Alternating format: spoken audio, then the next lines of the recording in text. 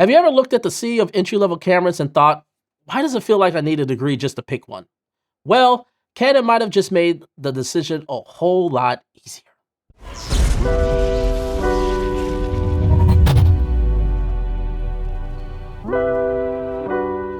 What's good, everybody? James Jackson here, back again with another video. If you're new here, I do tips, tricks, news, and reviews for the film and video making industry. If this is content that you like, make sure to hit that subscribe button and hit that like button to help the channel grow. Canon just dropped the R50 V, and look, let me cut straight to it. This might be the most budget-friendly video camera Canon has put out in a long time. This thing clearly is designed with vloggers, content creators, and entry-level filmmakers in mind. But is it really the best first step into the world of video? Let's get into the specs. The R50 V is priced at $650. Keep that in mind when we go through this. For that, you're getting 4K video up to 30 frames per second, oversampled from 6K. And yes, it can shoot 4K 60, but we'll come back to that in just a second. You're also getting full HD 1080p at 120 frames per second, which is great for slow motion at work. It sports a compact FX30 style body that feels modern and familiar if you're familiar with those compact Sony mirrorless cameras. Canon also threw in some pro level features including 10-bit 422, Canon Log 3, HLG, and PQ profiles. That means if you're looking to dabble in color grading, this camera will absolutely let you wet your feet without needing a cinema rig. And for exposure tools, you'll get zebras, but most importantly, false color. This is huge. These are the kind of tools we use to find higher end bodies, add in 2 record buttons and a tally light to let you know you're rolling, and this is clearly designed to make your life easier behind the lens. But let's talk about the downsides. That glorious 4K 60 mode, well, it comes with an additional 1.56 times crop, which ends up being roughly around 2.5 times crop compared to full frame. That's pretty limiting, especially for wide angle work.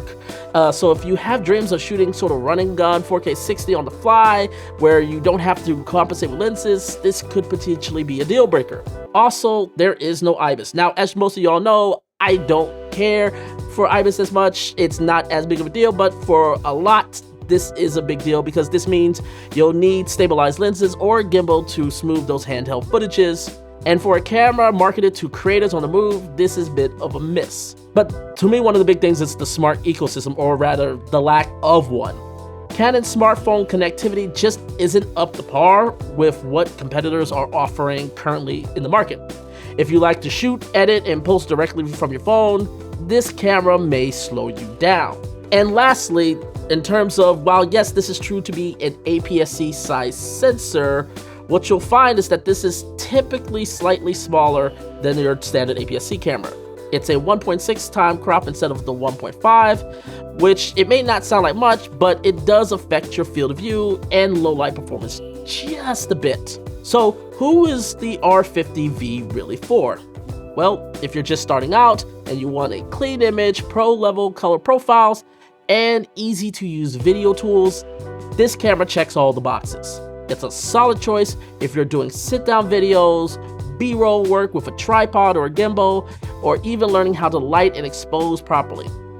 But if you're someone who plans to shoot a lot of handheld, or you really need that uncropped 4K 60, you might want to look elsewhere. Now, when we talk about elsewhere, where can we look at? So let me throw out a few alternatives. First up is the Fujifilm X-M5, coming in around $799. The pros, you get 6.2 open gate recording, which gives you more flexibility in terms of framing, especially for vertical and social media content. There's no crop in 4K 60, and it features excellent smartphone connectivity. But it is not all wins. Autofocus isn't quite as snappy as Canon's dual pixel autofocus, and it comes at a higher price point. And also, if you maybe potentially be wanting to look at going into full frame, there is no path to full frame in terms of Fuji's ecosystem, so that may be a hit. The final one we want to compare to is the Sony ZV-E10 II, coming in at $998. The ZV-E10 II brings uncropped 4K 60, all I record in. It also has compatible with Monitor Plus app, which I use all the time.